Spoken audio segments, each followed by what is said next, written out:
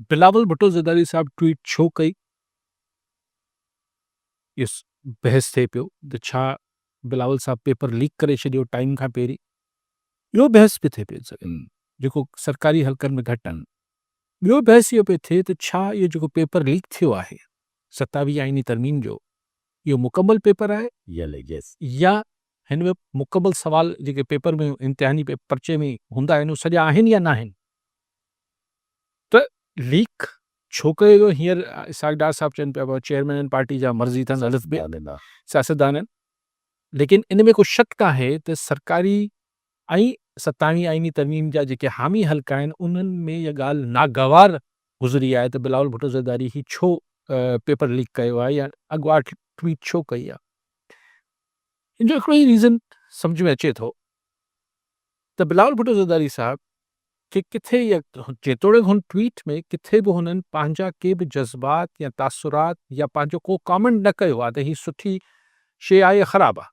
हुननि सिर्फ़ु news breaking news ॾिनी आहे। 27 आईनी उहा 27 आईनी तरमीम जंहिंजे लाइ सभु जा सभु माण्हू अॼु खां हफ़्तो 10 ॾींहं पहिरीं चाहे एहसन इक़बाल हुजे, पीपल्स पार्टी हुजे, चवंदा त ही शो आहे, अहिड़ो कुझु कोन्हे। पर ख़बर ब्रेक थी वई, बिलावल साहब पाण करे छॾी ख़बर। त शायदि बिलावल भुट्टो ज़रदारी साहब इहो चाहींदो हुजे त पब्लिक में एतिरो रिज़नमेंट क्रिएट थिए, ख़ासि तरह जेके हिन तरमीम जे ख़िलाफ़ हल्का आहिनि सॼे मुल्क में, त जीअं जॾहिं हू हुननि ते प्रेशर अचे त हिन खे मञो, त हुन चवंदो भाई हेतिरो प्रेशर आहे मां त नथो मञी सघां।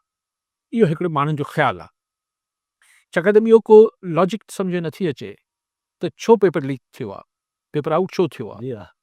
लेकिन हिन खां वधीक जेका ॻाल्हि इम्पॉर्टेंट डिस्कशन जी आहे यासिर साहब, उहो इहो आहे त छा पीपल्स पार्टी ऐं पीपल्स पार्टी हिन 27 आईनी तरमीम जंहिंजो ज़िक्र थियल आहे इहो पास कराइण जे लाइ राज़ी थी वई आहे? क्वेश्चन मार्क छो आहे। हींअर ताज़ो हीअं 2 मिंट पहिरीं इसहाक डार पार्लियामेंट में भी ख़िताब कंदे चए पियो तो भाई सभी राजी आएंगे, हम नवाजनी को पीपल्स पार्टी से तो मामलात हो गए, अब एमक्यूएम और दूसरे इत्यादियों से बात की जाएगी। तो पीपल्स पार्टी तो ज़ाहिरी तरह क्लियर 6 नवंबर ते पंहिंजो सीसी जो इजलास सॾायो आहे। अॼु शाज़िया मरी साहिबा चवनि थियूं त अहिड़ी का ॻाल्हि न आहे, पीपल्स पार्टी अञा हिन ते गौर कंदी ऐं अरिड़हीं तरमीम जेका आहे हू अवाम जे ऐं पीपल्स पार्टी जे दिलियुनि जे वेझो आहे, तंहिंजे करे हुन ते राज़ी थियणु ॾुखियो थींदो। ठीकु, हर कंहिंजी ॻाल्हि वठिजे, 7 तारीख़ 6 तारीख़ ते सीसी जो इजलास सॾायो वियो आहे।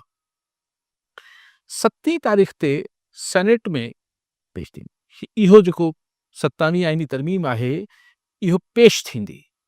हिकिड़ो ॾींहुं पहिरीं सीसी जो इजलास सॾायो पियो वञे, जेतोणीकि इसहाक डार हीअं जेको फॉर्मूलो ॿुधाए पियो त ही उते पेश थींदो, पोइ स्टैंडिंग कमेटी ॾे रेफर थींदो, पर हुन चयो त कोशिशि कयो त नेशनल असेंबली जी जेका लीगल टीम आहे उहा बि हिते ई अची हिकिड़े ई भेरो तकड़ि केतिरी अथनि। कल राणा साहब खां जॾहिं सवाल थियो त तव्हांखे भला तकड़ आहे टाइम फ्रेम छा आहे, तो उन्होंने चयो तो भाई अगर बात हो जाती है जो कि लगभग हो गई है तो बस फिर ये मुश्किल का मामला नहीं है, ये 1 हफ्ते 1.5 हफ्ते की कहानी हो जाएगी।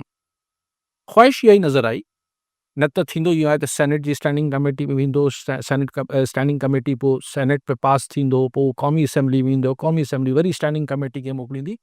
ये टाइम बचाइनि पिया त ॿई ऐवाननि जा जेके स्टैंडिंग कमेटी जा आहिनि हू हिते मशावरत करे हिकिड़ो ई दफ़ो सुबुह जो सेनेट में पास कराइनि, शाम जो क़ौमी असेंबली में पास कराए वठनि। हाँ, सवाल इहो आहे त पीपल्स पार्टी राज़ी आहे न आहे, इहो $1 मिलियन जो सवाल आहे, इन ते कोई स्पेकुलेट कीअं करे सघिजे थो। शाज़िया मरीज साहिबा चवनि थियूं त अञा हू राज़ी न आहिनि, अञा गौर खोस कंदियूं। पर सवाल इहो आहे त हिन में जेके कुझु नुक़्ता आहिनि, ये कल बि पाण डिस्कस कयो, वरी इनखे थोरो तफ़सील सां करे वठूं था। जेके मामलात हिन में अरिड़हीं आईनी तरमीम सां लाॻापियल आहिनि, मिसाल NFC अवॉर्ड,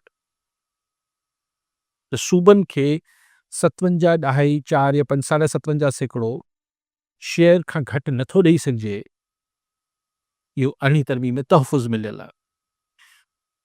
जेके खाता आहिनि वफ़ाक़ मां ही सभु जा सभु हेठि ईंदा, पर हिते तजवीज़ इहा थियल आहे त 2 खाता घटि में घटि पॉपुलेशन ऐं एजुकेशन ही मर्कज़ में हलिया वेंदा, यानी रिवर्स थींदी अरिड़हीं आईनी तरमीम।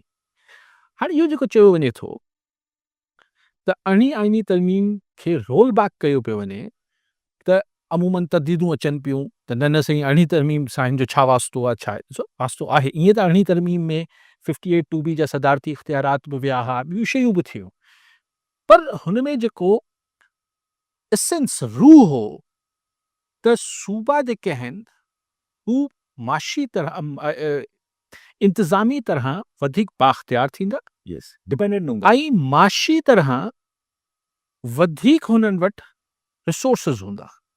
त जीअं हू ॾिसो ताज़ो जॾहिं मरियम नवाज़ साहिबा ॿोॾ वारे दौरान चिकचिका वारे दौरान चयो त मूं वटि NFC मां मूंखे एतिरा पैसा मिलनि था, जो मूंखे कहिड़ी ज़रूरत आहे जो आऊं ॿियनि खां पिना वञी, त हू कंहिं छाकाणि त पंजाब खे बि NFC जे तहत जाम पैसो मिले थो, त हुन चयो असांखे ज़रूरत न आहे।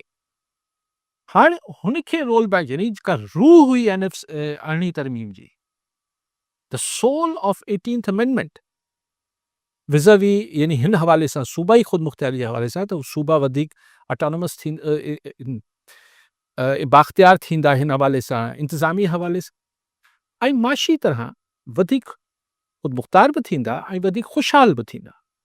हाणे अगरि इहे ॿई शयूं तव्हां हिन 27वीं आईनी तरमीम में वापसि रोल बैक करे वञो था, त चलो सॼी अरिड़हीं तरमीम ख़तमु न थींदी, लेकिन जो रूह त निकिरी वियो। जंहिंखे इमरान सना साहब चवनि था त इहो तवाज़ुन बैलेंस कयूं था असां बि। न बैलेंस वैलेंस कुझु बि चओ, पर बेसिकली पोइ त अरिड़हीं तरमीम वल विज़डम न हो, ऐं पीपल्स पार्टी हिन अरिड़हीं तरमीम लाइ सॼी वक़्तु चवंदी रही त ही असांजो वॾो कारनामो आहे, अॻिते गिड़ाए वञे जेको आहे बि जेको आहे बि, ठीकु आहे। हाणे तव्हां हुनखे अगरि वापसि कयो था त पोइ गिराइण जोॻो कमु त न थींदो। त पोइ CEC में छा एतिरे बुनियादी नुक़्ते ते बि को चूंके चुनाचे थींदी छा? इहो वॾो सवाल आहे। इहो वॾो सवाल आहे। ऐं अगरि चूंके चुनाचे थींदी त सूबनि जा माण्हू यस जेके जिन्हनि खे इहे वॾी मुश्किल सां 80 सालनि में ही थोरा इख्तियार मिलिया हुआ, ही जॾहिं वापसि मर्कज़ ॾे वेंदा त सूबनि में हुनजो छा रद्द अमल हूंदो। सो पीपल्स पार्टी लाइ पॉलिटिकली हिन खे जस्टिफाई करणु कीअं मुमकिन हूंदो?